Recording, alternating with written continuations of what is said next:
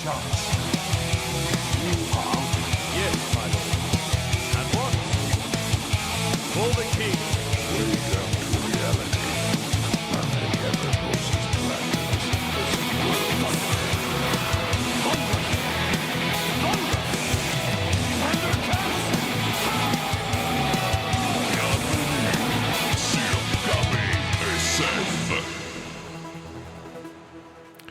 Bonsoir tout le monde, bienvenue à l'épisode numéro 155 du balado KBSF, We're Knowing Better Since Forever. On est un balado sur la culture geek majoritairement de la ville de Québec, mais vous nous écoutez d'un peu partout. Puis là, souvent dans le balado KBSF, on parle de cinéma parce que c'est une de nos passions. C'est un des sujets qu'on vient de façon récurrente. Ce soir, on a la chance, en fait, c'est moi qui ai la chance parce que dans le studio, j'ai Fébert qui est avec nous autres, qui va nous parler de son nouveau film qui s'en vient, qui s'appelle Hank est en ville. Puis en blague, tantôt, je dis à ma blonde, j'ai un mur de célébrités avec toutes les vedettes que j'ai rencontrées dans les Comic-Con qui m'ont signé des autographes. Puis il va me faire voir, c'est l'autographe de Dr. Doom Jaudoin. Parce que Dr. Doom, tantôt, en faisant un peu de recherche, je me suis rendu compte, t'es sur la page officielle de IMDb de Hank est en ville, comme étant policier 1. J'ai fait le saut tantôt, là, quand t'as mis la photo, j'ai fait « Ah, pour vrai? » J'étais allé voir moi-même. Fait qu'on a une vedette avec nous ici, présentement en studio, puis une vedette que vous avez l'habitude d'entendre, puis Fébert qui est avec nous. Fébert, t'as un nouveau projet qui s'en vient, qui s'appelle Hank est en ville. Tu veux-tu nous en parler un peu? Oui, c'est un nouveau, vieux projet. C'est un film long-métrage. C'est mon premier long-métrage de fiction. J'ai fait du documentaire, j'ai fait du court-métrage en fiction avant ça, mais... ce film-là a ni plus ni moins que 15 ans derrière la cravate. C'est-à-dire que c'est ça, de l'idéation jusqu'au tournage, jusqu'à la post-production, jusqu'à la sortie le 25 mars. C'est même plus que 15 ans. Là. On va dire activement 15 ans.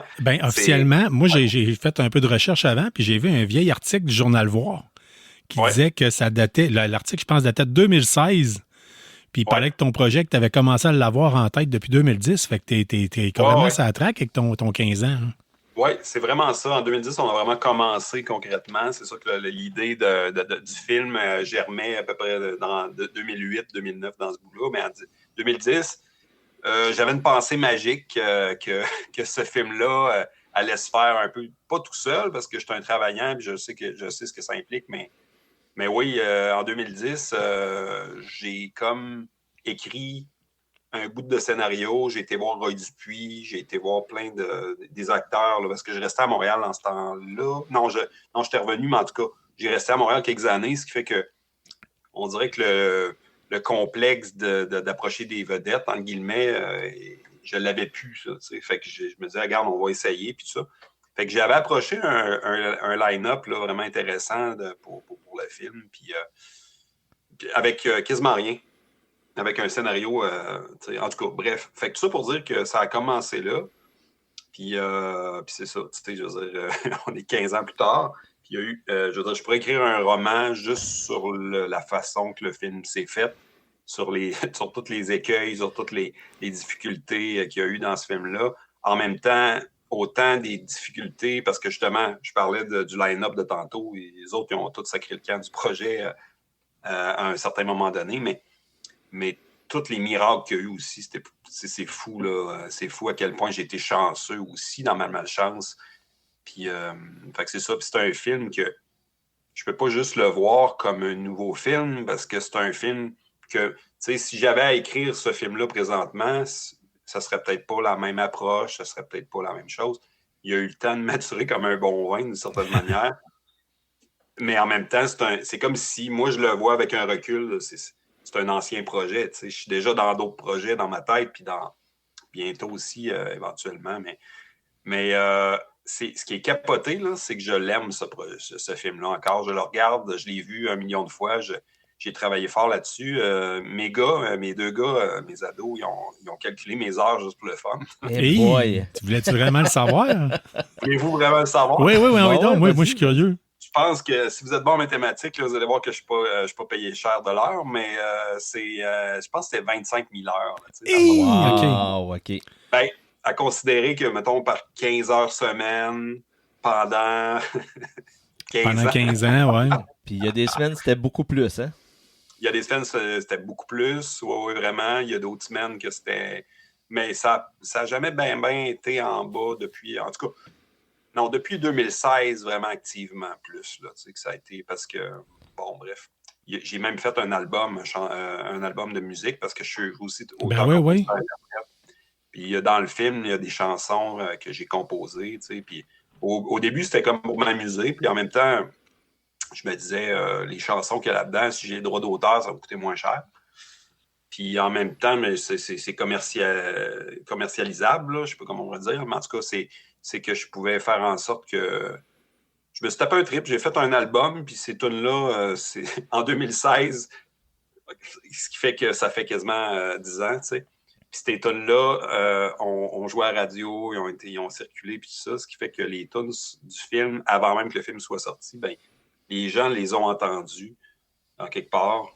Puis j'ai fait de l'argent avec ça, puis j'ai pu réinvestir ça dans le projet. Ben, ils sont disponibles sur Spotify. Parce que tout à l'heure, je suis allé l'écouter justement. J'ai trouvé qu'il y avait une vibe un peu. Moi, j'ai grandi un peu dans l'univers du country un peu. Là. Fait que.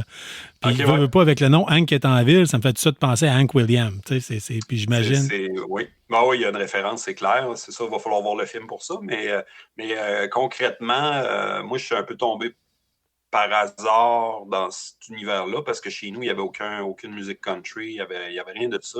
On était dans Genesis, puis Gentle Giant, puis King Crimson. Ok, oui. On était, j'adore ça aussi, mais je veux dire, puis à un moment donné, il y avait Neil Young, par exemple, il y avait Harvest de Neil Young, puis c'était comme le plus proche du country qu'il y avait. Puis j'étais fasciné par ça, je trouvais ça incroyable, cette musique-là, quand même. T'sais. Fait que non, je suis tombé là-dedans, je me suis amusé à jouer avec les codes, à faire des espèces de pastiches de chansons de Paul Brunel, de Willy Lamotte, Soldat Lebrun, etc.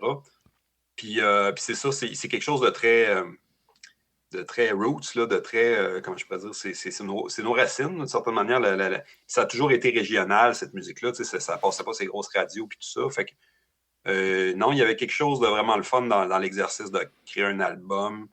Puis en plus, c'est ça, j'ai toujours trippé, moi, sur le côté, c'est peut-être mon côté geek, là, mais le côté produits dérivés, tu sais, à une échelle autre, parce que, tu sais, on s'entend, on ne sera jamais Star Wars ou...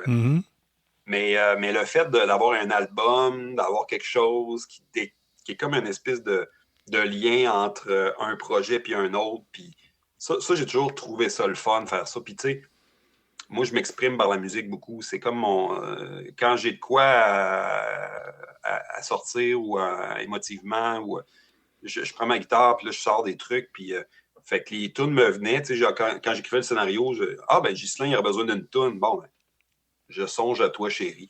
On partait. Puis là, ben, toutes les tunes western commencent. En fait, le nom de la tune, c'est la première phrase. OK, je pense à une, c'est Pleure pas cowboy, je pense. Ou, ouais, c'est ça. Pleure pas cowboy, ben, tu peux être sûr que la première phrase, ça va être Pleure pas cowboy. OK. C'est ça. Ben, en fait, c'est peut-être pas peut-être pas à 100%, mais il y a quand même... j'ai déjà vu ça souvent, là, tu sais, genre Willy Lamotte, c'est sûr que ça va être... Ben, 1000 après 1000, c'est un bon exemple. Là. Okay. Ça commence 1000 après 1000. Il part avec le refrain. Fait que non, c'est ça, je me suis amusé à créer des pastiches de même, puis c'est ça, je me suis beaucoup amusé là-dedans, puis tu sais, il y avait dans le film, il y a des Irlandais qui chantent en anglais, puis il y a des francophones qui chantent du western canadien-français. Ça se passe en 52, mon film, quand même. Ouais, puis ça se passe en Beauce, ça, je pense. Ça se passe en Beauce. Moi, j'ai grandi à Sainte-Marguerite, à côté de Sainte-Marie, dans Dorchester, que ça s'appelait, mais c'est la Nouvelle-Beauce, dans le fond. Puis, fait que ce côté-là, je trouvais qu'on n'avait jamais vu de Beauceron à l'écran. Très peu. Très peu, là, ouais, c'est ça. Sinon, on les dépeignait comme des, je sais pas, comme des des colons un peu. Ouais, c'est ça, exact. Ce qui est réducteur, parce qu'on s'entend que c'est des bâtisseurs, les Beaucerons, là, tu sais, c'est des entrepreneurs, c'est des... c'est ça, c'est du monde qui tiennent bon, comme on dit. Ah oui, maman, c'est une Beauceronne, hein, fait que... ouais, fait qu'ils sont pas le Beauceron du... Mais moi, je me suis senti Beauceron d'adoption, Parce que, tu sais, je viens de Lévis, là, tu sais, je veux dire, mais j'ai grandi quand même en Beauce. Fait que, non, je voulais qu'il y ait je voulais que mes personnages s'appellent Ghislain Vachon, Petit Louis Vachon. Tu sais, je voulais qu'on aille un peu là-dedans, puis en même temps, montrer aussi... en fait, une des premières scènes que j'ai écrites pour le film, avant même qu'il y ait un scénario clair, là, j'ai écrit une scène, carrément, avec les personnages que j'avais en tête. Cette scène-là, ça me rappelait beaucoup ma grand-mère là, du côté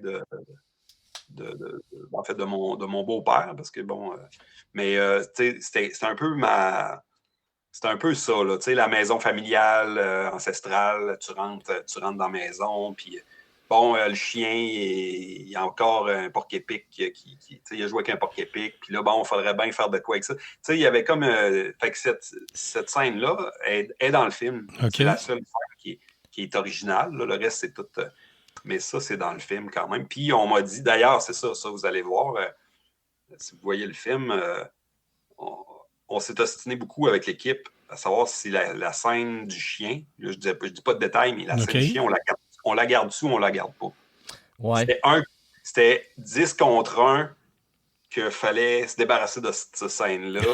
Moi, je m'ostinais. Ouais, j'allais dire, tu devais être le 1. J'étais le 1, puis en plus, tu sais, je veux dire, veux pas, c'était la première scène que j'avais écrite. Ce qui fait que, tu sais, je me disais, ben non, je peux pas enlever ça, je peux pas... c'est la genèse là, de ton idée, tu sais, c'est de là que tout a germé. Moi, d'ailleurs, je tiens à dire, j'ai vu la bande-annonce, parce que Dominique, tu nous l'as partagé l'autre jour, puis j'étais tout content d'aller voir ça, puis j'ai eu un vibe, puis là, je vais trahir mon âge, mais j'avais l'impression de voir le crime de David Plouffe, dans le sens que c'est... Puis c'est quelque chose que peu de gens vont se rappeler, là, parce que malheureusement, la cassette a été effacée à Radio-Canada. L'original. Ah, mais Crime de David Plouffe, ça se trouve encore sur Projet Éléphant. Ah oui, ça veut dire que ça a été rescapé par quelqu'un qui avait une copie quelque part, là, OK. Parce que pendant des années, à un moment donné, il cherchait, mais... Oui, excuse-moi, vas-y. Bon, la magie du live. Ouais. Ben, c'est tant mieux si tu me dis que ça a été rescapé puis ça peut se trouver sur Éléphant. Mais en tout cas, j'avais le feeling de ça, tu sais, comme un côté un peu enquête, justement. C'est un petit côté policier dans ton film. On voit que ça nous ramène à une certaine époque, justement, les années 50. C'est une vibe que j'ai particulièrement appréciée, là. Je veux dire, je trouvais ça le fun. Puis tout, tu sais, mettons, au niveau policier, il n'y a rien qui se faisait de la même façon. Tu sais, quand il n'y a pas de cellulaire, il n'y a pas d'ADN, il n'y a pas... Ça amène un autre type d'enquête, là. Tu sais, moi, j'ai fait une journée de tournage avec toi, là, Faber, puis quand tu étais sur le plateau, tu avais l'impression d'être dans les années 50. C'était capoté, là, le feeling que ça te donnait, puis où est-ce qu'on a tourné, puis vraiment, on avait l'impression, hey, je suis revenu des années 50 pour vrai, tu sais. D'ailleurs, tu as été là au moins 2 jours. Ouais, 2, je pense. À l'usine, chassé à Sainte-Marie. Ouais. C'était aussi le bar irlandais à Beaumont. Ouais. Le bleu. D'ailleurs, mais c'est ça, pour faire du millage sur David Plouffe, c'est sûr que j'avais beaucoup de références des films de l'ONF aussi de l'époque. Parce que j'en fais un clin d'œil aussi. Je fais un clin d'œil au cinéma du Golden Age là, américain, je veux dire des années 40-50, mais je fais aussi un bel hommage à l'ONF, puis nos pionniers du cinéma là, qui ont commencé par le documentaire, entre autres Denis Arcand, il a commencé dans le documentaire. Ben là, Crime de David Plouffe, c'était Denis Arcand, puis le premier, Les Plouffe, ça, c'était Gilles Carle. Mais c'est des chefs-d'œuvre, ces films-là, c'est des bijoux, tu sais. Puis, sérieux, les scènes de procession à Québec, là, dans le... Tu sais, en face de... c'est quoi donc le truc du Père Noël, là, la boutique de Noël. Oui. La basilique de Québec?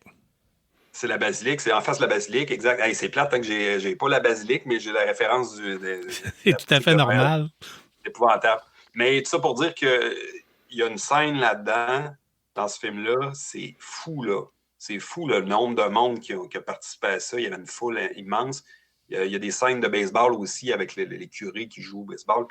Mais c'est ça, cette scène de procession-là avec les vieilles voitures, tout ça. Puis, tu sais, je regardais ça, puis je me disais, hey, c'est incroyable, je veux faire ça. À un moment donné, je veux avoir. Mais, tu sais, eux autres, c'était en 81, là, ou en 80. les chars de 1952-50, il y avait juste 30 ans. Ouais, c'est ça. Tandis que nous autres... Toi, il fallait que tu en cherches rendu en 2018-2019. Très dur, surtout que ça se passe en 52, mon film. Je veux être le plus possible raccord avec la réalité, ce qui fait que je voulais avoir des chars qui étaient... c'est ça, avant 1952. Donc, c'est sûr que pendant la guerre, on s'entend, là, de la guerre au début 50, même jusqu'à 55, il n'y a pas eu de grosse différence de modèle et tout ça. Mais n'empêche que ça a été un casse-tête de trouver des vieilles voitures. Même si j'ai été super chanceux, puis il y a des gens qui nous ont ouvert leur garage, puis mon film, ça se passe l'hiver, évidemment. Rajoutons une couche. Ouais, non, tu t'es pas aidé. Là. Juste pas pour connaître, moi, j'ai un milieu, c'est que mes oncles, ils ont toutes des vieilles voitures de collection de ces années-là, à peu près. Là.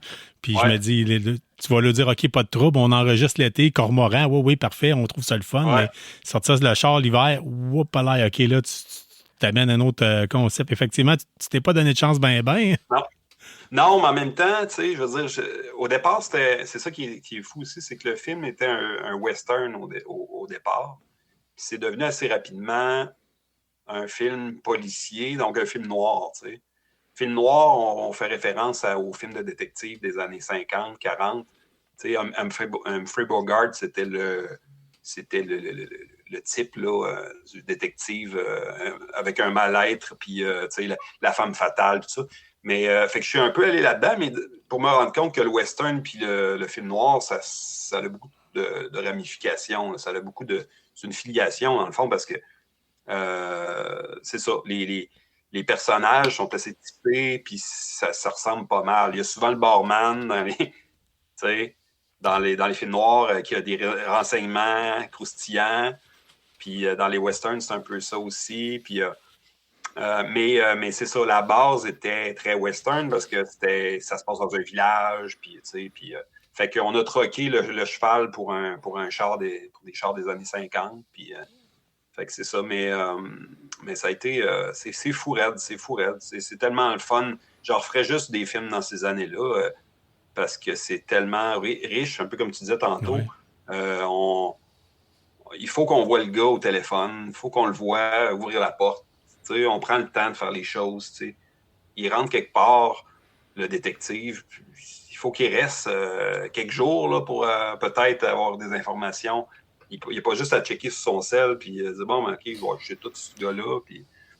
C'est un autre type de cinéma aussi. Oui. Tu sais, tu parlais tantôt du nombre de figurants, là, mettons. Là, on va se rappeler, là, je ne sais pas si c'était comme moi, mais mettons, je me rappelle avoir déjà vu le film Yvan le Terrible, qui était réputé pour avoir été le maximum de figurants possible. Puis, tu sais, le monde disait, ouais, on n'a pas de bon sens. Là, puis, faire ça à l'époque, il n'y avait pas de CGI. Toi, tu as travaillé sur ton film, tu as travaillé avec des maquettes que Dominique a faites pour toi, je pense. Oui. Concernant les figurants, là, j'ai calculé, là, puis bon, il y a des figurants qui reviennent et qui repartent là-dedans. C'est-à-dire que souvent, tu sais, comme Dom, il a fait deux jours. Fait que c'est le fun parce qu'on pouvait revoir les mêmes figurants, donc ça donnait un esprit de village, tout ça. Mais j'ai calculé qu'on avait à peu près 200 figurants dans le film, ce qui est quand même pas pire, là, on s'entend là-dessus. Ça fait beaucoup de monde à gérer, mettons. Oui, c'est ce que j'allais dire. Ça fait vraiment des grosses gangs à gérer, puis ça doit pas être facile. Ça fait du monde à gérer, mais on n'a pas eu de problème. Le monde a bien fait ça, puis c'était cool, puis tu sais, c'était... Non, c'était le fun. Mais oui, c'est vrai que l'usine chassée, c'était là qu'on a, je pense, eu plus de monde, là. Mais tu sais, on était le 31 mars, il mouillait. C'était dégueulasse dehors, il faisait frais. L'endroit où on se réchauffait, c'était épouvantable, là. C'était dedans, dans une espèce de... C'était dégueulasse. Mais tout ça pour dire que c'est ça. Fait que c'était une belle expérience avec les figurants. Fait que, fin de la parenthèse, à un moment donné, si je fais un lien avec ce que je disais tantôt par rapport aux vieilles voitures, par rapport au fait de faire un film en 52, l'hiver, au Québec, assez rapidement, j'ai fait comme, je pourrais pas filmer les affaires que je voudrais filmer. T'sais, par exemple, une poursuite de char, des trucs comme ça, parce que nécessairement, c'est pas faisable. Puis, on a eu la chance d'avoir un acteur, donc un chanteur, en fait, qui s'appelle Hal Gelb. C'est un chanteur de l'Arizona que j'admire énormément. J'étais un fan fini de lui. Puis, je l'ai contacté en 2015-2016, justement, pour le film. Puis j'ai écrit à mon histoire. Je dis, hey, là, j'ai dit, j'aimerais vraiment ça que tu sois dans mon film. Tu sais, c'est tout. On sait jamais. J'ai envoyé ça, puis je me dis, je recevrai jamais de réponse de ça, sûrement. Ça va passer dans. Puis 2 minutes après, il me répond I'm in avec un émoticône de cactus à côté. Mais là, évidemment, après ça, on a eu plus de discussions, puis il s'est passé peut-être 2-3 ans avant qu'il se passe quelque chose. Mais ça pour dire que ce gars-là, quand il est arrivé dans l'histoire, on a tourné, parce que lui, il fallait qu'il vienne ici pour tourner, mais il avait quand même un rôle intéressant, un rôle assez consistant. Fait que quand on n'avait pas tout le financement puis tout, j'ai fait comme, regarde, je pense que j'aurais pas le choix de faire comme si on tournait des courts-métrages puis on colle ça ensemble. Parce que, rendu là, j'avais pas de financement, je m'étais fait refuser partout, etc. C'était fou, là. Il n'y avait pas de... Mais il y avait quand même de l'argent quelque part, du love money, toutes sortes d'affaires, puis des crédits d'impôt d'autres projets. Puis... Fait que j'ai fait comme, on tourne ses scènes à lui sur 10 jours, on le fait venir ici, puis tu sais, j'avais payé son billet d'avion, tout ça, en tout cas. Fait que quand il est venu, on a tourné toutes ses scènes à lui. Mais là, c'est ça, c'est que là, on s'est rendu compte qu'il fallait tourner en garage avec un green screen, les scènes d'auto, là, tu sais, le concernant, puis tout ça. Fait que là, je me suis dit, bon, c'est intéressant, ça va donner un côté Hitchcock un peu, tu sais, je veux dire, on va faire en sorte que ça soit des beaux effets spéciaux, mais en même temps, c'est ça, fait que le premier bloc de tournage, il y avait des choses intéressantes là-dedans. Mais là, fallait tourner. Puis ça a pris 1 an. Ça a pris 1 an avant qu'on tourne le reste du film, tu sais. C'est complètement fou, là. Fait que c'est ça. Fait que tout ça pour dire qu'à un moment donné, ça a fait comme... J'aimerais ça faire des maquettes. Je sais pas trop comment je pourrais intégrer ça, mais j'aimerais ça en faire. Puis là, on était sur le bord de finir le film, puis tout. Puis là, la pandémie est arrivée. Fait que la pandémie arrive, je fais comme... Quel meilleur moment que ça, tu sais, il n'y a pas d'autre moment mieux que ça de faire comme, hey, avec notre PCU puis ta patente, on se concentre pour on fait des maquettes. Puis mes gars, ben, j'ai deux ados, là, ben, ça a fait comme, hey, on se fait-tu un trip, tu sais, de se commander des vieilles voitures, puis des... Fait que dans le fond, ce qu'on a fait, c'est que on a... Le premier flash que j'ai eu, c'est lumière OLED dans un char 1.24, des vieilles voitures de collection, là. Ça se fait dessus. Mettre des lumières OLED là-dedans pour faire un setup de soir. Tu sais, on baisse la lumière, on met de la boucane, de machine à boucane, puis tout ça. Puis on essaie de faire quelque chose de cool avec ça, avec une bâtisse ou deux, juste voir ce que ça donne. Puis assez rapidement, je vais hey, il y a un potentiel, ça serait vraiment cool. Tu sais, ça serait... Ben, présentement, c'est recherché. Là. Il y a plusieurs personnes qui se plaignent qu'il y a trop de films faits avec un côté CGI et tout ça, puis le monde veut... On parlait dans le podcast précédemment, dans un épisode précédent, on avait parlé du dernier Alien Romulus. Comme de quoi que les gens disaient « Ah, c'est le fun, c'est un retour aux effets spéciaux mécaniques d'époque, là, qui rappelle le premier Alien 1979, le 8e passager, puis là, ça revient. Je veux dire, t'es à la mode, là. Non, mais si je pense qu'il y a aussi... Tim Burton, avec Beetlejuice, me semble qu'il est allé un peu dans cette optique-là aussi.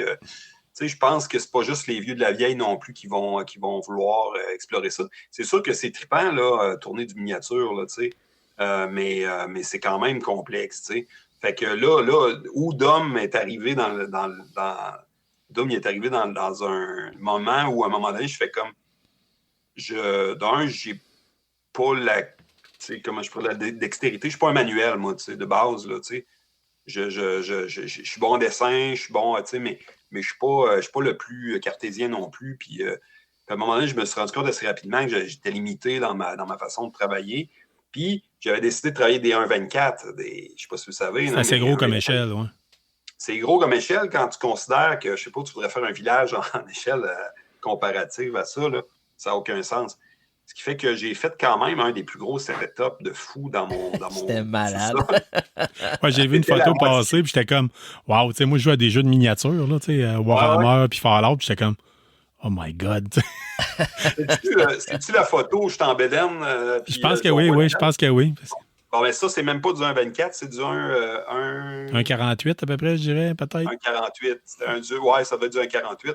Fait que déjà là, j'ai réduit parce que quand j'ai fait, hey, il faut qu'on fasse le village, là, j'ai fait comme. Non, ça demande un sous-sol, là. Je veux dire, c'est qui est consacré juste à ça. En fait, c'est ça. La moitié du sous-sol était une grosse maquette parce qu'il y avait une traque de train, puis il y avait une route de campagne avec une bâtisse. Ça, c'était le gros maudit setup. Mais là, c'est ça. Le défi, c'était de faire mouvoir les véhicules. Donc, tu sais, j'ai essayé plein d'affaires, des aimants en dessous pour les faire. Oui, vraiment old school, là. Mais tu sais, je m'imagine tellement, tu sais, mettons, c'était moi qui étais pris dans ce projet-là, en train d'essayer d'expliquer à ma blonde, non, on va faire un village de Noël avec, là, tu sais, fait quand dur, ça. J'ai l'impression que ça devait virer un peu comme ça, mais je dois avouer que les maquettes, je les ai vues, puis moi, j'en fais beaucoup de maquettistes, puis j'ai fait, hey, wow, c'est une belle job, là, tu sais, vous avez vraiment réussi à faire de quoi de beau, tu sais, je me disais, OK, là, c'est une autre façon de faire du cinéma, puis tout à votre honneur. Ouais. En fait, c'est parti d'une espèce de nécessité parce que souvent, comment je pourrais dire, tu sais, il y a des gens qui m'ont dit, ah, toi, t'es persévérant. Oui, mais moi, c'est pas ça que, tu sais, d'un, c'est pas ça qu'on veut être, là, dans la vie. On veut pas juste être persévérant, on veut, comme, tu sais, juste inspirer le monde, faire triper le monde. On veut partager notre passion avec le monde, ce que vous faites, vous autres, d'ailleurs, dans votre podcast, puis tout ça. Fait que moi, je voulais faire du miniature par nécessité parce qu'il me manquait des bouts dans mon film que j'aurais pas pu faire autrement. C'est à partir de ça, puis tant qu'à ça, je me dis, ben tant qu'à le faire, on va essayer de trouver la meilleure façon de le faire. Mais c'était du essai-erreur. Ça a été le premier tournage qu'on a fait avec le doc à Lévis, là, la maison de production, la maison d'effets spéciaux et de production parce qu'ils louent de l'équipement, puis ils font des corpos et tout ça. Avec Michael Labrec, le directeur photo sur mon film. Quand il est venu, on a fait un premier tournage, une journée de temps, puis il y avait 5 à 10 % de bon dans tout ce qu'on a tourné. Parce que la maquette que j'avais faite, la grosse maquette, elle bougeait, c'était en carton, c'était épouvantable. Il y avait tout, non, c'était fou, ça marchait pas. Le train, j'avais fait un train avec un espèce de char téléguidé que j'avais mis... J'avais trafiqué ça en train parce que les trains, c'est du 1,48 souvent. Tu n'as pas d'un 24. Là. C'est quasiment... c'est très dur à trouver. Non, c'est ça. Il y a du O-scale puis du HO-scale, je me rappelle bien. Le O-scale étant à peu près 1,48. HO-scale est comme plus du 1, soit 1,300. Mettons, je sais ça vite, là, mais ça... C'est vrai. Fait qu'imagine-toi, là... 1,24, c'est... Fait que là, je voulais un train là-dedans. En tout cas, fait que c'était de la chenoute. Puis là, ben, la gravité, hein, je me dis, bon, ben, je vais utiliser la gravité, mais la gravité d'un char, comme ça, c'est lourd. Fait que ça va vite en sacrement. Fait que c'était épouvantable. Fait que là, essaye après ça de réduire la vitesse au montage, puis tout ça, mais ça a été bien compliqué. Puis, mais bon, tout ça pour dire qu'en revenir à Dom, ce qui est à un moment donné, je fais comme, regarde, là, je suis pas capable de faire plus que ce que je fais là. Mes maisons sont correctes, mais sans plus. Puis, tu sais, je suis pas capable d'être méticuleux tant que ça. Je veux tourner, mais je veux faire. Puis, fait que je lâche un call sur Facebook. J'ai besoin de quelqu'un. Y a quelqu'un qui serait bon à faire du miniature, puis à faire des maquettes, tout ça. Puis, Dom, il a levé la main. Puis là, j'ai fait comme. Puis moi, je suis de même. Je suis un gars d'instinct. Puis quand je vois que quelqu'un lève la main puis que je sens que la personne est tellement en confiance que ça se pourrait. Non, c'était ça. C'était comme, OK, moi, je lève la main puis je le fais. Là. Pourquoi pas? Fait que j'ai fait comme, let's go, mon gars. Puis on s'est amusé là-dedans. On s'est amusé. En tout cas, je sais pas pour toi, mais c'était particulier comme expérience. Puis moi, en toute honnêteté, j'en avais jamais fait avant.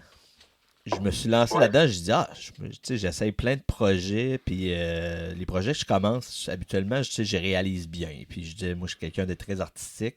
J'aime beaucoup dessiner, j'aime beaucoup faire justement des trucs visuels. Je dis, je vais l'essayer. Puis tu te souviens, je t'avais dit, je vais t'en faire une, tu me diras ce que t'en penses. Puis, après ça, si t'es content, puis tout ça, puis t'aimes ça, je t'en ferai une deuxième. Après ça, je t'en ferai une troisième, puis une quatrième. Puis, finalement, j'en ai fait pas loin d'une quinzaine. Puis, Facile. je me suis lancé là-dedans, tu dis avec confiance. Je me suis lancé là-dedans en sachant pas trop si j'allais être capable de le faire. Puis là, après t'avoir répondu, je fais ça avec quoi, tu sais? Qu'est-ce que je prends comme matériel? Puis là, je dis, il y a avec la base, des boîtes de carton, on verra de la peinture. Si ça marche pas, je recommencerai. Puis moi, je suis quelqu'un de persévérant aussi, un peu comme toi. Puis j'ai dit, j'en essayerai une. Puis si elle fait pas l'affaire, je la mettrai de côté. J'en essayerai un autre à la place. Puis j'étais content du premier que j'ai fait. Puis plus que ça allait, plus qu'il y avait plus de détails dans mes réalisations. Puis je suis super content d'avoir levé la main. Puis comme je te l'ai dit souvent... C'était vraiment cool. D'ailleurs, c'est ça, à un moment donné aussi, tu sais, on se rend compte que, tu sais, from scratch, faire une maison complète, puis ça, il y a des détails, puis c'est pas évident. Oui. Tu sais, c'est fou. Fait qu'à un moment donné, j'ai eu le flash que quand on filme quelque chose, qu'on filme une photo, tu sais, ben, Hitchcock, c'est un bon exemple. La scène de la douche, oui. de Psychose, quand la fille est morte à terre, puis qu'on voit son regard, puis elle bouge pas, là, elle est immobile, c'est une photo. C'est basé sur une photo. On recule. C'est comme, tu sais, c'est vraiment... c'est génial comme idée, là, parce que elle bougera vraiment pas. Puis en même temps, ça donne quelque chose d'un peu... Tu sais, c'est-tu vrai, c'est-tu pas vrai, puis ça. Fait que c'est ça. À un moment donné, faire tout au complet, c'est beaucoup trop de trouble. Fait que j'ai fait un appel à tous. J'ai dit, hey, y a-tu du monde qui ont des maisons ancestrales que ça vous tenterait faites-moi une photo de ça, puis on va essayer d'imprimer puis de coller sur des... Fait que c'est devenu, après ça, une façon de faire aussi pour sauver du temps, pour un degré de réalisme aussi encore plus grand, tu sais. Parce que veux pas, c'est pas tout le temps c'est facile d'être ultra réaliste. Il y en a du monde là, qui font de la maquette, sont fous, là. C'est fou, là. Moi, j'adore ça. Je trouve que c'est riche puis c'est vraiment intéressant comme monde, là. Mais sérieusement, il faut que ça te tente, là. Tu sais, je veux dire, tous les petits détails. Puis, fait que c'est ça. Ça a été ça, hein. Ça a été ça. À un moment donné, on a fait, hey, regarde, on va sauver du temps un peu parce que le village qu'on voulait faire était gros en tabarnouche. Puis là, c'est ça. C'est là que tu as fait une église. Tu en avais fait une autre. Il y a 2 églises. Je les ai encore d'ailleurs. Puis là, je ne lancerai pas du scope à soir, là, mais je vais en lancer un et ça se pourrait très bien qu'il y ait une exposition éventuelle. Écoute, si c'est le cas, je veux vraiment que tu nous le dises, puis on en refera la promotion à ce moment-là, parce que ça va justement être le fun. Nous autres, on est parti de balado ici pour faire la promotion des artistes du Québec, de la région de Québec. Fait que, je veux dire, on est super content de t'avoir avec nous ce soir, puis que tu nous parles de ton projet, entre autres de celui-là, mais tu pourras nous parler aussi de ce qui s'en vient, ce que tu as en tête, là, si jamais tu peux en parler, là.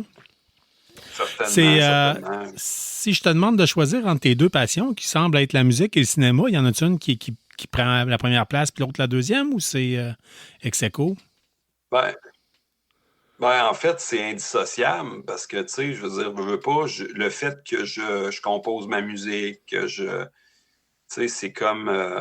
c'est sûr que ça serait déchirant beaucoup, mais en même temps, c'est particulier parce que pour les musiciens, je suis un cinéaste qui joue de la musique, puis pour les cinéastes, je suis un musicien. J'ai souvent entendu ça un peu, j'ai senti ça, que j'étais comme, tu sais, moi, je suis pas un élitiste, je suis pas quelqu'un qui est dans un club select, puis je m'en fous de, tu sais, je fais pas ça pour ça, pas en tout. Mais chose est sûre, c'est que la musique, c'est parce que c'est spontané. Oui. Tu sais. La musique, c'est là. Tu pognes ta guitare, tu joues de quoi, puis il sort quelque chose, puis ça fait du bien. Tout ça. Ben, ton public si tu fais du live, ton public va réagir tout de suite, tandis qu'un film, tu le sors, puis c'est, comme tu l'as dit, 15 ans plus tard, peut-être que ton projet vient à terme, tu sais, après de longs efforts, puis tu sais, que tu vas avoir en feedback par après, là.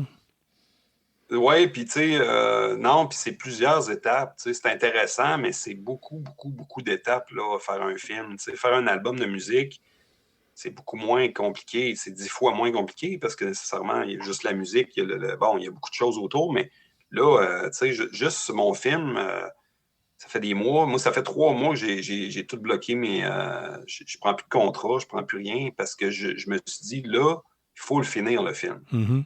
Si je le finis pas, je veux dire, ça sera pas bon pour ma santé mentale. À un moment donné, c'est vraiment... non, sérieusement, c'est parce que porter un projet sur une longue période de même, c'est quelque chose. C'est beaucoup de pression qu'on se met soi-même. Le monde, en général, s'en fout un peu.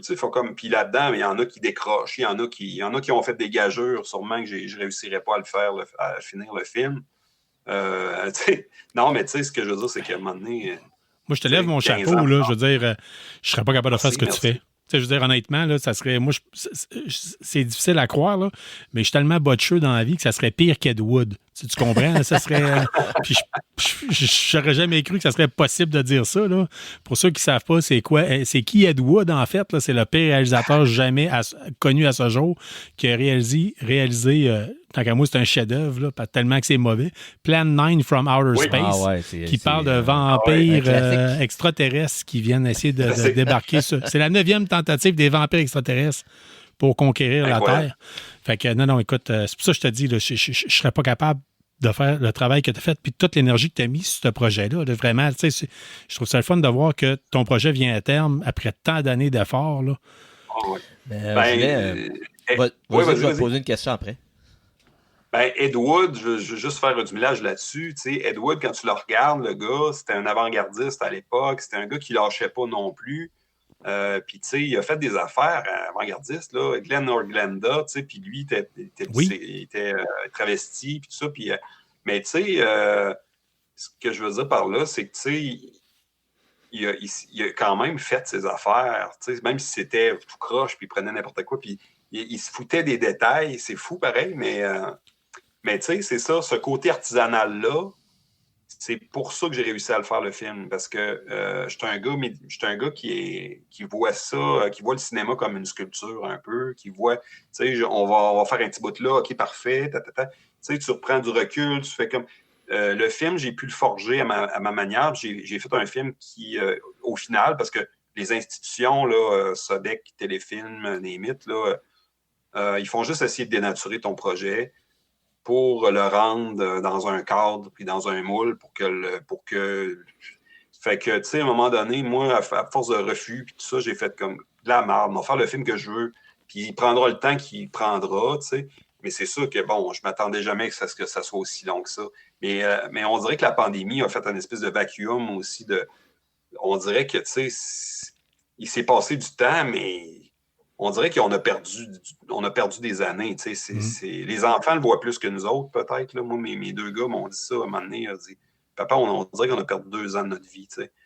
Fait que, au moins, le fait qu'on ait fait du miniature dans le sous-sol, puis qu'on ait... non, sérieux, ça m'a sauvé beaucoup, ça.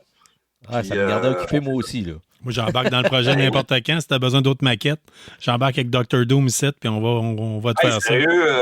Sérieusement, non, c'est quelque chose que j'ai tellement aimé faire. Puis, tu sais, le refaire dans un autre contexte où là, ça serait vraiment le cœur du truc, puis tout, ça serait vraiment intéressant. Tu sais, il y aurait moyen de monter quelque chose, ne serait-ce que genre une série télé avec des maquettes, puis tout. Je sais pas. Il y a bien des possibilités qui peuvent se faire, tu sais, dans cet univers-là, parce que c'est fascinant, là. Vraiment, là. Doom, tu avais une autre question? Oui, mais dans le fond, moi, ça revenait un peu à ce que tu as dit après que je t'ai dit que tu avais une question. Dans le fond, c'était pour en revenir un peu, hein. Si tu te replaces quand tu as écrit ton premier bout de scénario à aujourd'hui, est-ce que ton film ressemble à ce que tu avais envisagé quand tu as commencé à écrire? Est-ce que tu es satisfait à ce niveau-là ou il a tellement changé? Tu disais au début, c'était comme plus un western, là, c'est plus un film policier. Est-ce que ça ressemble quand même à la vision que tu avais au début? Mettons 30%. 30%. C'est-à-dire que assez rapidement, je me suis rendu compte que il y avait des personnages qui avaient trop, des ressemblances dans leur caractère ou dans la... Tu sais, je veux dire, à un moment donné, tu fais comme, bon, mais tu prends ce personnage-là, puis il y a un autre personnage secondaire là, puis lui, lui ensemble, ces deux-là, mais ça pourrait faire un personnage. Ce serait pas mal mieux que d'avoir trop de personnages, tu sais. Fait qu'à un moment donné, il y a des facettes de même qui arrivent, puis tu découpes ça, puis à un moment donné, tu fais comme, bon, lui, c'est un méchant, ou lui, c'est un gentil. Les deux sont gentils. Ah, ben, ça serait le plus le fun qu'il y ait une dualité, tu sais. Fait que non, c'est ça, c'est à force de. Puis à force de tourner aussi, quand je tournais, ben là, les personnages se créaient. Parce que moi, je crois beaucoup aussi à ce que l'acteur mette son grain de sel ben, plus que son grain de sel. Tu sais, je veux dire, un personnage, c'est, tu sais, Iron Man, tu sais, Robert Downey Jr., il est responsable de beaucoup que ce personnage-là ait du charisme puis qu'il soit intéressant, tu sais. Fait que non, moi, je trouve que c'est ça. Fait que je laisse beaucoup de place aussi à ce que l'acteur amène ses propositions, amène sa façon de voir, puis tout ça, sur le plateau. Tu sais, la meilleure idée va primer, là, ça, c'est sûr et certain. Fait que je te dirais que je suis rendu dans un film que je m'attendais pas, mais que j'aime plus que si j'avais fait un western à l'époque. Okay. Parce que, tu sais, j'aurais pu faire un western où la musique, d'ailleurs, c'est ça, la musique dans le film n'est pas une musique western non plus. T'sais. Oui, il y a des chansons western, là, le monde chante du western parce qu'il y a des chanteurs, là, mais la musique est jazzée comme dans les années 30, dans les années 40. Je me suis amusé à faire une trame sonore jazzée, style film noir, film détective, tout ça. Est-ce qu'elle est disponible sur Spotify, la trame sonore? On peut-tu avoir accès à ça? Pas encore. C'est sûr que ça va devenir disponible. Regarde, c'est des gens qui m'écrivent justement pour voir s'ils peuvent avoir des billets pour la première. C'est fou depuis hier. On est complet. Ben, c'est ça, j'allais dire. La première va avoir lieu le 25 au cinéma Lido à Lévis. Puis c'est sold out. Dominique, tu m'as envoyé le lien. Tu as dit si vous voulez y aller, c'est ça le lien. Puis le temps, j'ai dit faut que j'en parle à ma blonde. Puis j'ai même pas le temps de voir mon épouse. Puis c'était comme, il n'y a plus de billets. Il y a des chances, puis là, je vous le dis là, parce que de toute façon, ça va passer plus tard. Fait que il n'y a personne qui va pouvoir entendre cette information-là, mais il y a quand même un potentiel qu'il y a du monde qui annule, parce que bon, il y a des gens qui étaient invités. 10 ans, pas trop, mais ça se peut, je te mette ça en ligne demain matin. Non, mais ce que je veux dire, c'est qu'il y a peut-être moyen de moyenner. Je vais regarder dans les prochains jours, là.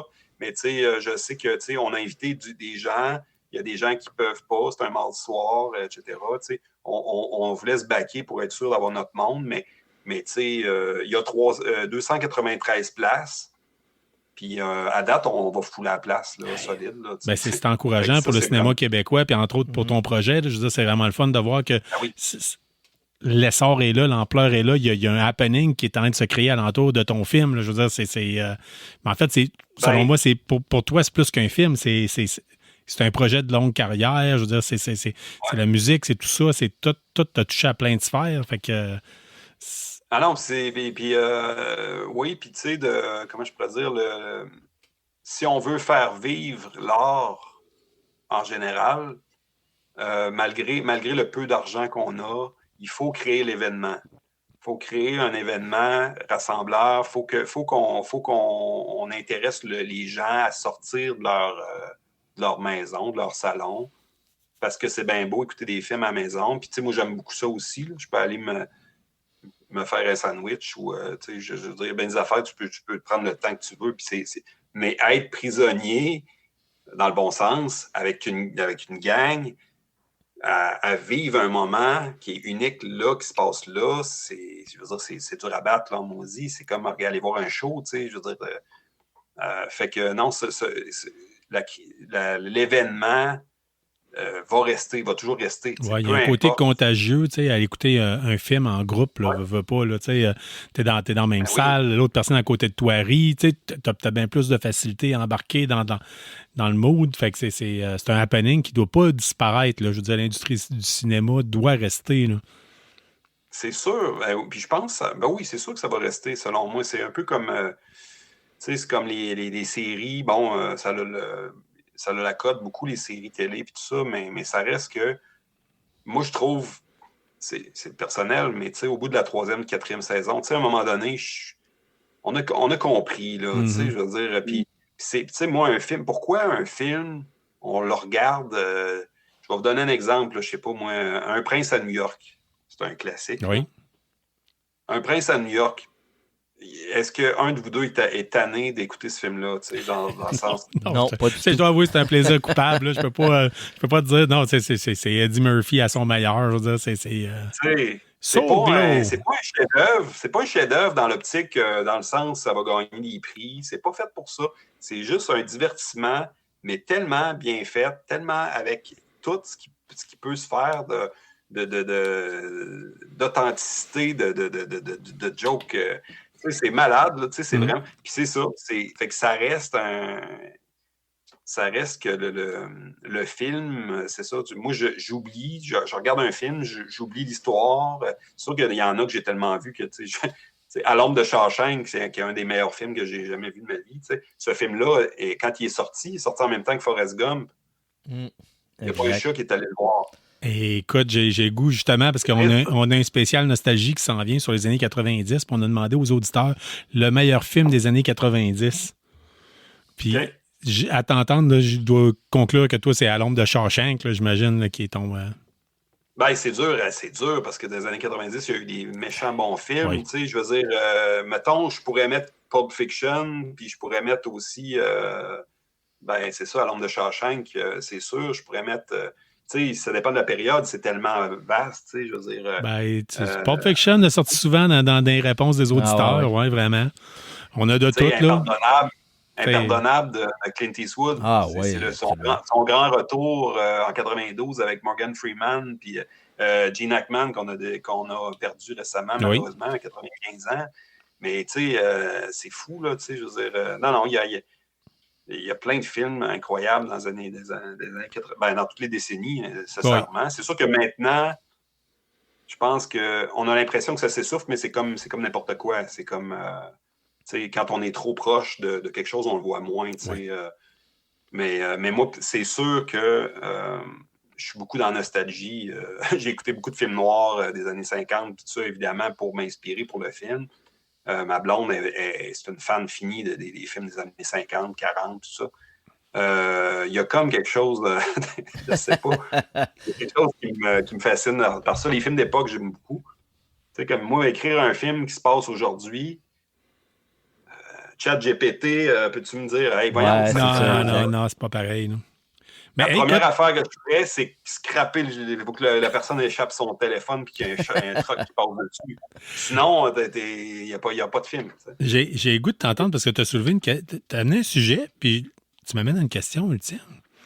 Hank est en ville. Si, mettons, une grosse multinationale comme Netflix t'approche et dit tu m'en ferais-tu une série télé? Tu gardes ça un film ou une série télé? Eh boy, c'est une bonne question parce que je pense que, je ne verrais pas comment on pourrait extrapoler tant que ça, cet univers-là. En même temps, c'est vrai que ça pourrait être intéressant. Je veux dire, tu as tellement travaillé longtemps dessus, je me dis que ça doit être florissant. Là. Je veux dire, il y a peut-être moyen d'avoir extrapolé chaque personnage. Non, il y aurait sûrement moyen, mais chose est sûre, puis c'est vrai, ça peut paraître plate comme réponse, mais je veux dire... je prendrais le chèque puis j'irais faire d'autres choses avec.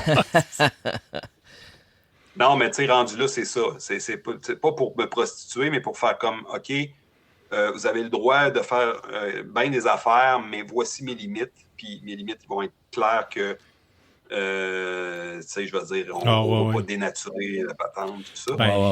Je te comprends tout à fait. Le peu de temps que j'ai joué de la musique, je vais tout le temps me rappeler, il y avait un de mes chums de gars qui avait dit, là, il faut se trouver une belle fille qui chante du dance, là. Puis avec ça, on part puis on fait du punk puis du métal. Une fois qu'on ramasse l'argent, on fait du punk puis du métal.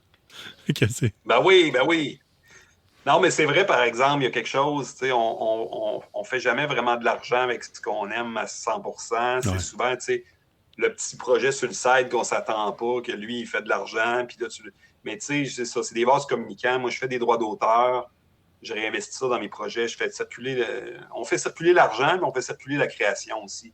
Dans des vases communicants, Fait que ça, moi, ça me stimule bien gros, mais je ne referai pas des projets comme ça aussi ambitieux sans avoir de l'argent, Mais au Québec, sérieusement, je vois pas comment c'est possible tant que ça, parce qu'il y a beaucoup de créateurs, il y a peu d'élus, il y a beaucoup de compétition.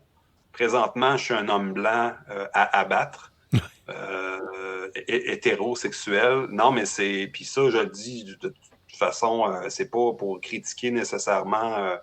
je suis un gars ultra open, ultra ouvert, mais ça reste que c'est ça la réalité présentement du financement. Qu'il faut absolument que ça soit tel genre d'histoire avec tel genre de... Oui, malheureusement. Puis à un moment donné, gars, moi, ça m'intéresse pas de raconter quelque chose qui est loin de moi, qui me parle pas. Mais tu sais, la semaine passée, j'ai fait de l'insomnie une nuit, là, parce que là, je suis comme en train de sortir. Je me dis, le film va sortir, mais après ça, il y a d'autres affaires, puis ça. Fait que ça me fait du bien, parce que je suis comme de plus en plus libéré, puis je me dis, je vais pouvoir m'intéresser à quelque chose. D'autres, tu sais, puis j'ai 5 films en tête que je veux faire, tu sais. Ben, c'est ça, tu m'amènes, parce que là, ça fait quand même un petit bout qu'on se parle, puis là, j'ai dit, on va pas mal s'en venir vers une conclusion, mais là, on a tellement de plaisir de te jaser que, tu sais, la conclusion peut durer 20 minutes, là, fait que, on va voir, t'as des projets, après, Hank est en ville, qu'est-ce qu'il faut surveiller de Faber? Ben là, présentement, on a tourné une série télé, une petite série, une mini-série de 6 épisodes de 7 minutes qui s'appelle Wings 74. Ça, c'est un concept là, d'un ami, Jean-Guy Bégin, à Lévis. On s'était perdu de vue pendant une couple d'années. On a fait de la radio ensemble à Sequoia dans le temps. En début 2000, on avait une émission qui s'appelait « Même mon chat travaille de nuit ». Déjà, le titre est vendeur, là. C'était cool, non? C'était le fun. C'était pour les travailleurs. Puis, tu sais, on tripait. Puis moi, je créais des sketchs audio, là. Fait que j'étais dans le son. Tu sais, je faisais des affaires, en tout cas, bref. Puis à un moment donné, c'est ça, on s'est perdu de vue pendant une couple d'années. Puis je l'ai recroisé sur une pub de Fond du Simo. Okay. On était engagés comme acteurs. Puis on a trippé, là. C'était très drôle, ce tournage-là. Puis après ça, j'ai fait comme, qu'est-ce que tu fais depuis des 20 dernières années? Puis il me dit, je suis dans le domaine, je suis dans la livraison. Tu sais, je livre. Il a été chef-livreur pour plusieurs restaurants à Lévis. Puis assez rapidement, ça a fait comme, on va aller prendre une bière, raconte-moi ça. Il y a peut-être des affaires intéressantes, drôles là-dedans. Puis tu sais, c'était pour le fun de prendre une bière. Puis assez rapidement, on s'est pris au jeu, puis sans s'en rendre compte, on a fait comme, il y a de quoi faire avec ça. Puis on a créé des épisodes, ça a été beaucoup de travail d'écriture de tout ça quand même, mais c'est Jean-Guy là, qui a écrit. Moi, je l'ai supervisé. On s'est challengé à un moment donné, on ne savait plus trop qui avait écrit quoi, puis tout ça. Puis on a tourné ça l'été passé, Wings 74, puis ça se passe, c'est ça, dans les chars de livraison avec les livreurs.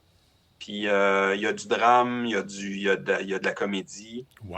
On a Didier Lucien dans le projet. On a Didier Lucien qui a fait un rôle vraiment incroyable. On a Jeff Lemay ici à Québec qui est de plus en plus connu. Puis tout ça, on a Antoine Marquis. En fait, on a du monde local. On a Jacques Leblanc aussi qui est un acteur de théâtre là, connu. Fait qu'on s'est amusé à faire une série télé en 6 épisodes de 7 minutes. Fait que, tu sais, c'était 8 jours de tournage. C'était le fun. Puis, évidemment, c'est le genre de projet qui pourrait avoir d'autres saisons, qui pourrait aussi essayer... On va essayer de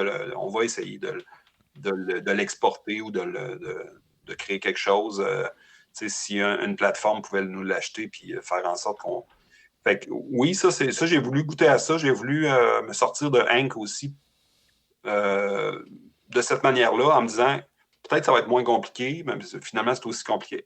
Il n'y a pas de projet facile, mais ça m'a permis de retourner vers l'écriture sans me saigner les veines, sans m'ouvrir les veines de faire c'est mon âme qui est là-dedans. Non, c'est le projet c'est l'idée de Jean-Guy qui a amené des trucs. Fait que c'est ça. Ça, c'est à surveiller. Ça va sortir à Ma TV Québec au courant de l'année. On parlait de l'été là, ou l'automne pour la sortie de cette série-là. Fait que, tu sais, il y a ça, mais il y a d'autres projets que je ne peux pas vraiment parler pour l'instant, mais j'ai ça. J'ai 5 projets de films que j'aimerais faire. Puis juste pour vous situer, j'aime beaucoup les drames biographiques. Tu sais, moi, j'aime raconter des histoires inventées, oui, mais j'aime beaucoup je sais pas, les trucs qui existent déjà pour faire certains liens. Tu disais que tu avais commencé avec le documentaire, je pense. Tu as commencé exact. On est capable d'en retrouver le documentaire, ça fait partie. On est capable d'en trouver sur YouTube là, des documentaires que tu as faits. Oui. D'ailleurs, je me suis bien amusé là-dedans. Tu sais, ça parle beaucoup de patrimoine. Tu sais, j'ai fait un documentaire sur le Rêve du Diable, le groupe de musique trad, qui est un des pionniers au Québec. Tu sais, puis ça, d'une certaine manière, le fait de reparler de ce groupe-là, ça l'a comme ravivé un peu la flamme. Puis le monde fait crime, finalement, avant la bottine, il y avait eux autres. Puis, tu sais, fait que, tu sais, non, j'ai trouvé ça bien le fun de faire ça. Puis il y en a d'autres du documentaire aussi sur le site qui s'en vient. J'ai commencé un documentaire sur la scène jazz à Québec. Je suis un gros fan de jazz, puis il y a vraiment une belle scène jazz. Des jeunes, des plus vieux qui communient ensemble, puis qui se font des jams. Puis il y a vraiment une belle communauté. Puis j'allais tout le temps au Saint-Angèle, là, à Québec. Oui, tout à fait. À un moment donné, j'allais là, puis j'étais comme crime, c'est vraiment intéressant. Fait qu'on a tourné au Saint-Angèle, ce qui n'est pas une bonne idée, là, parce que c'est petit en sacrifice. Là. Oui. Puis, mais quand même, fait que c'est ça. Fait que j'ai du documentaire, j'ai des projets de films, puis j'ai la série télé Wings 74, puis Inquiétantville. Ben, je prédis ça, là, mais tu sais, on va tourner ce film-là pendant au moins 2 ans. Là. Oh, right, OK, super. À divers degrés, il y a des déclinaisons, une exposition sur la miniature. Je veux dire, tant qu'à avoir à travailler là-dedans, moi, je trouve ça une belle porte de sortie. En même temps, le film, une fois qu'il est fait, ben, tu peux le présenter puis aller parler avec le monde. Puis ça, c'est trippant. Fait que le film a été fait pour le peuple. C'est un film fait avec le peuple. Puis on va faire la tournée des villages pour le présenter puis le montrer à tout le monde. C'est un peu le truc parce que c'est tellement frustrant de se dire bon, ben, on va peut-être être au cinéma 3 jours, tu sais. Parce que c'est ça un peu la réalité. Oui, on en parlait tout à l'heure. Tu disais les grosses multinationales comme Disney ne veulent pas donner leur plage horaire, tout ça. C'est quand même un milieu qui est dog eat dog. Là, je veux dire, c'est pas des milieux faciles. Là. Fait que, non, ça joue du coude, puis tu sais, veut pas. C'est ça, tu sais, je veux dire, ça c'est une autre affaire. On peut bien essayer de rentrer de force la culture dans la gorge du monde, mais tu sais, ça sert à quoi de faire ça? Tu sais, je veux dire, je pense que ce qui va faire en sorte que le monde va s'intéresser plus à la culture, c'est que ça soit pas élitiste, que ça soit accessible d'une certaine manière. Puis justement, tu sais, moi je prône ça. Le fait que Inquiétantville, par exemple, c'est un film qui n'aurait pas été le même film sans Doom qui m'a fait des maquettes, sans M. Dorval qui m'a prêté une Dodge 1951, sans Benoît Morin à Sainte-Claire de Bellechasse qui m'a prêté une vieille voiture 1926, puis il m'a ouvert son garage, puis il m'a ouvert son... il m'a prêté du stock. Les marquis brocanteurs ici à Lévis qui m'ont prêté ils m'ont meublé des pièces. C'est tellement magique, là, c'est... Ah oui, mais c'est ça. Mais ça, wow. Là, c'est ça qui va faire en sorte que les gens vont avoir une autre vision aussi de la culture, de faire comme... C'est pas juste des têtous de subvention. Mais moi, je n'en suis pas un têtou de subvention, là. On s'entend que je ne suis pas... Mais tu sais, veux pas, c'est un petit marché. Puis oui, on a besoin d'argent public aussi. Parce que, tu sais, sans les crédits d'impôt, je n'y serais pas arrivé non plus. Avoir des crédits d'impôt en cinéma, ben c'est comme une sorte de balancier de retour sur investissement, de dire, ben regardez, on le sait que vous allez engager du monde, tu sais, vous allez faire rouler l'économie, parce que la culture, ça fait rouler l'économie. Mais en échange, ben, tu sais, tu vas avoir accès à de l'argent, des crédits d'impôt, tu sais, mais c'est des peanuts, là, comparé à si j'étais subventionné et j'avais des grosses...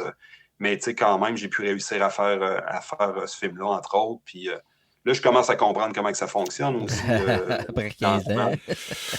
Ah oui, mais là tu sais, je veux dire, moi... Mais justement, tu as ouvert une porte en disant merci à plein de monde qui ont participé, tout ça.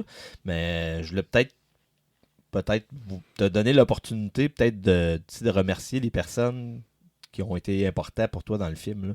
Là, j'en ai nommé quelques-uns tantôt, mais c'est sûr que, là, on dirait qu'on a un peu passé le côté acteur, mais je veux dire, veux pas, Martin Junior Pelletier, Michael Kelly, Patrick Saucier, Al Gelb, Geneviève Néron, qui est là depuis le début du projet, Diane Garneau, je veux dire, Jean Drolet. Tu vois, c'est ça, tu vas en oublier. Là. Je veux dire, je regardais tantôt la page IMDb de Hank est en ville.